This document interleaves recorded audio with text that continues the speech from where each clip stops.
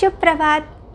छंदें चलती रहेंगी और इसी बीच हम कुछ साहित्यिक प्रश्नों का अभ्यास कर लेते हैं।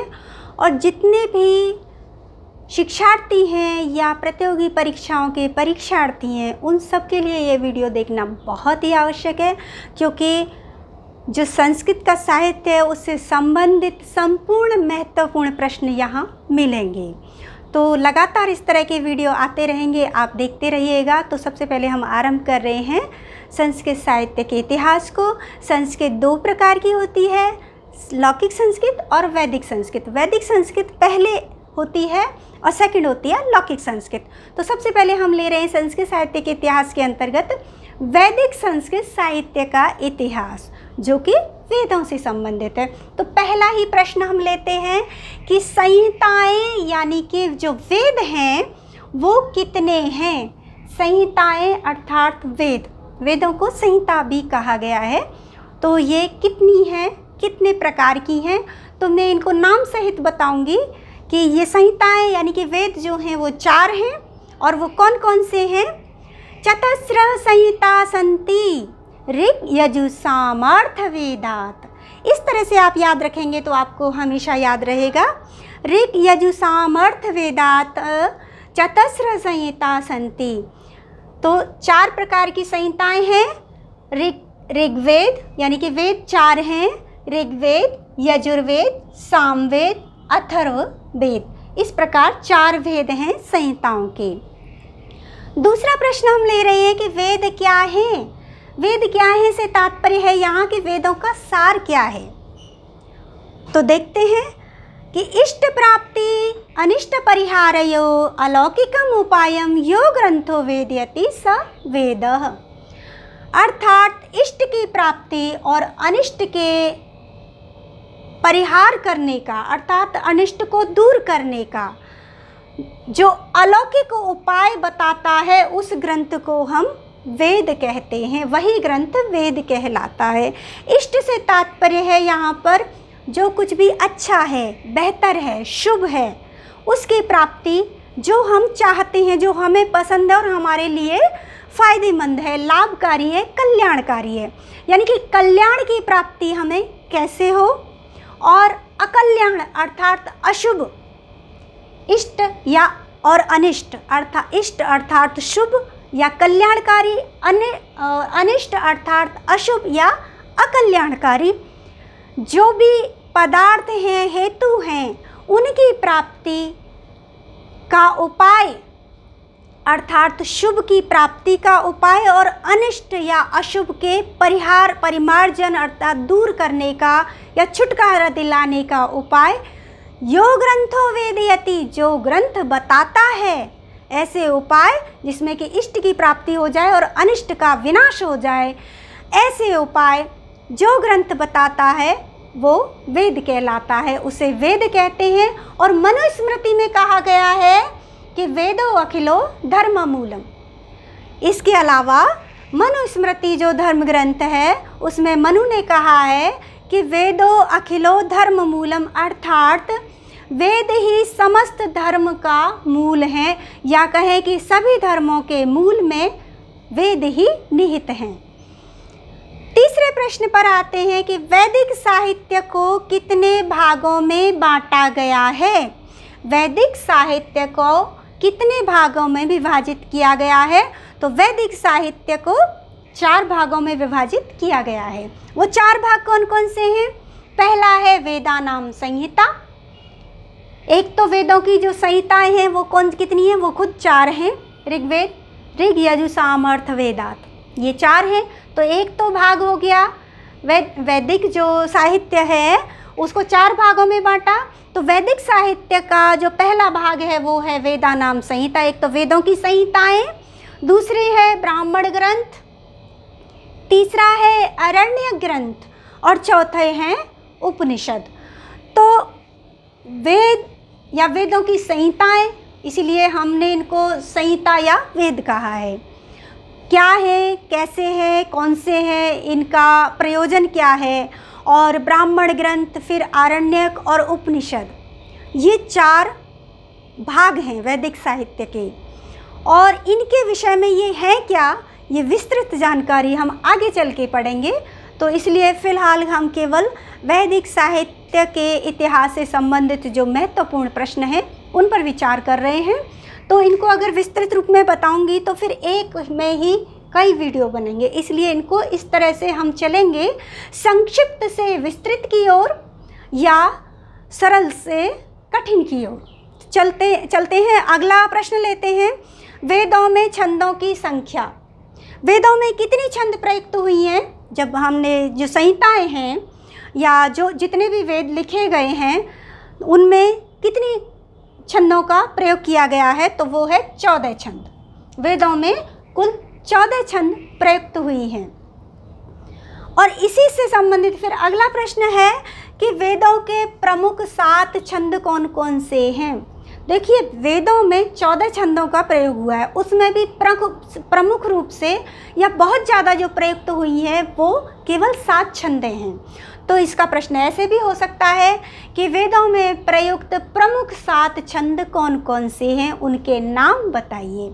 तो वो है, तो सबसे पहले तो ये याद रखिएगा कि वेदों में प्रयुक्त जो प्रमुख बहुत ज़्यादा जो प्रयोग हुई है वो 7 छंद जो हैं वो सभी की सभी वार्णिक छंद हैं, ना तो मात्रिक, वो मात्रिक छंद नहीं हैं। और वो कौन कौन सी हैं ये मैंने यहाँ लिखा है कि वो सभी वार्णिक छंद हैं। और वो कौन कौन सी है? गायत्री, उष्णिक, अनुष्टुप, बृहति, पंक्ति, त्रिष्टुप और जगति।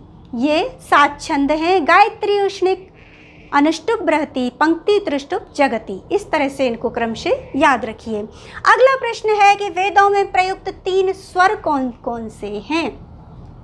तो उच्चारण स्थान, माहेश्वर सूत्र, उच्चारण स्थान, इन सब के अंतर्गत जो वीडियो बनाया था उसमें मैंने जो स्वर थे उनके विषय में, स्वर और व्यंजनों के विषय में बताया था। और फिर भी हमें अगर आगे और जानना है तो विस्तृत रूप में और वीडियो डाले जाएंगे। तो फिलहाल आप इतना जान लीजिए कि जो वेदों में प्रयुक्त जो 3 स्वर हैं वो हैं उदात्त, अनुदात्त और स्वरितः। उदात्त वेदों में प्रयुक्त प्रमुख 3 स्वर हैं। वेदों में प्रयुक्त 3 स्वर हैं, उदात्त, अनुदात्त और स्वरितः। अगले प्रश्न को लीजिए, वेदों में प्रयुक्त 8 विकृतियाँ कौन कौन सी हैं? वेदों में जो प्रयुक्त हुई हैं वो 8 विकृतियाँ कौन कौन सी हैं? वो हैं जटा, पाठ, माला, शिखा, रेखा, ध्वज, दंड, रथ, घन। तो ये 8 विकृतियाँ हैं जिनको के वेदों में प्रयुक्त किया जाता है। जटा, पाठ, माला, शिखा, रेखा, ध्वज, दंड, रथ, घन। ये विकृतियाँ क्या हैं, क्या होती हैं, विकृतियाँ क्या होती हैं, ये सब हम आगे और वीडियो जो आएंगे उनमें विस्तृत रूप से जानेंगे। फिलहाल विकृतियों के विषय में बस इतना जान लीजिए कि जब वेद मंत्रों का उच्चारण कोई भी ऋत्विज करता है या किसी गुरुकुल में या संस्कृत विद्यालयों में जहाँ पे के वेद मंत्रों का उच्चारण करते हैं तो विद्यार्थियों को भी देखा होगा ये इस तरह की कुछ, तो ये अलग है। इसके अलावा उनकी ये विकृतियों में आता है जो कि उनके क्रम से चलती हैं। उनके उदात्त, अनुदात्त, स्वरित स्वर भी होंगे, सब कुछ उनमें आपको देखने को मिलेगा। और साथ ही उनकी विशेष स्थान होगा, विशेष वेशभूषा होगी। तो ये सब विकृतियों के अंतर्गत आ जाता है। और अधिक जानकारी के लिए हम आगे वीडियो की प्रतीक्षा करते हैं। तो जान लीजिए कि वेदों में प्रयुक्त जो 8 विकृतियाँ हैं वो हैं जटा, पाठ, माला, शिखा, रेखा, ध्वज, दंड, रथ, घन। जटा, पाठ, माला, शिखा, रेखा, ध्वज, दंड, रथ, घन। अगला प्रश्न है कि वेदों के 4 ऋत्विज कौन कौन से हैं? 4 वेद हैं, कौन कौन से? ऋग, यजु, साम, अथर्व। ऋग्वेद, यजुर्वेद, सामवेद और अथर्ववेद। तो इन चारों के ऋत्विज भी अलग अलग होंगे और 4 ही हैं। और वो ऋत्विज, देखिए एक बात है कि वेदों के विषय में एक बात कही जाती है कि किसने लिखे ये नहीं पता, वो अवतरित हैं ऐसा माना जाता है। क्योंकि कितना ही इतिहास साहित्य पढ़िए, वेदों का कोई कर्ता हमें मिलता ही नहीं है। और ऋषियों के विषय में कहा जाता है जिन्होंने इन वेदों की खोज की या जिनका प्रचार किया या जिनके विषय, जिनका वर्णन किया, जिनका उच्चारण किया, वो ऋषि के लिए कहा जाता है कि ऋषियों मंत्रो दृष्टार न तो कर्तार। ऋषि जो हुए हैं, जो ऋत्विज हुए हैं, वो इन मंत्रों के या ऋचाओं के या ये जो वेद हैं इनके दृष्टा हुए हैं। उन्होंने उन्हें खोजा है, देखा है, पढ़ा है, समझा है और उसको फैलाया है। लेकिन वो ऋषि जो हैं वो वेदों के या मंत्रों के, इन वेद मंत्रों के कर्ता नहीं हैं। तो आगे चलते हैं, वो हैं कौन कौन से वेदों के 4 ऋत्विज हैं कौन कौन से? वो हैं होता, अध्वर्यु, होता, अध्वर्यु, उद्गाता और ब्रह्मा। ये 4 ऋषि हैं, जिनमें से क्रमशः मैं साथ में ही बताए देती हूँ कि प्रश्न ऐसे भी आ जाता है कि ऋग्वेद के ऋषि या ऋत्विज का नाम बताइए, या ब्रह्मा किस वेद के ऋत्विज हैं। इस तरह से भी प्रश्न आते हैं। तो इसीलिए इसको ऐसे याद रखिए कि होता ऋग्वेद के ऋषि हैं, अध्वर्यु यजुर्वेद के ऋत्विज हैं और उद्गाता सामवेद के ऋत्विज हैं, ब्रह्मा अथर्ववेद के ऋत्विज हैं। अब प्रश्न है कि वेदों के अंग कितने हैं और कौन कौन से हैं? तो शव वेदांगानी, ये मैंने इसीलिए लिखा है, शव वेदांगानी कौन से हैं?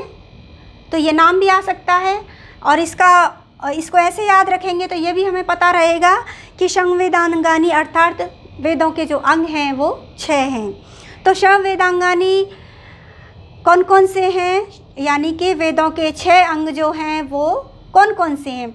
वेदों के 6 अंग हैं, ये मैंने यहाँ लिख दिया, ये भी उत्तर ही है, या ये कौन कौन से हैं इससे संबंधित प्रश्न बन जाता है।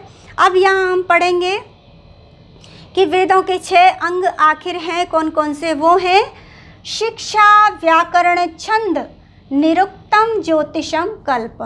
शिक्षा, व्याकरण, छंद, निरुक्त, ज्योतिष और कल्प, ये वेदों के 6 अंग हैं। और इन 6 अंगों, ये जो 6 अंग हैं वो वेदों के क्या प्रतीक हैं? जैसे कि मैंने आपको बताया था कि जो चरण हैं, वो जो छंद हैं, उनको वेदों का चरण कहा गया है, यानी कि वो वेदों के चरण रूप में है या चरणों का प्रतीक है। इसी तरह से ये भी प्रतीक हैं जी। इसको कहेंगे शिक्षा घ्राण। शिक्षा जो है वो वेदों की घ्राण या नासिका है। व्याकरणम मुखम, व्याकरण जो है वो वेदों का मुख है। छंद पादौ, छंद जो हैं वो वेदों के पाद यानी कि चरण हैं, जो कि आपको छंद प्रकरण के अंतर्गत बताया भी गया था। निरुक्तम श्रोत्रम, और जो निरुक्त है, निरुक्त क्या है?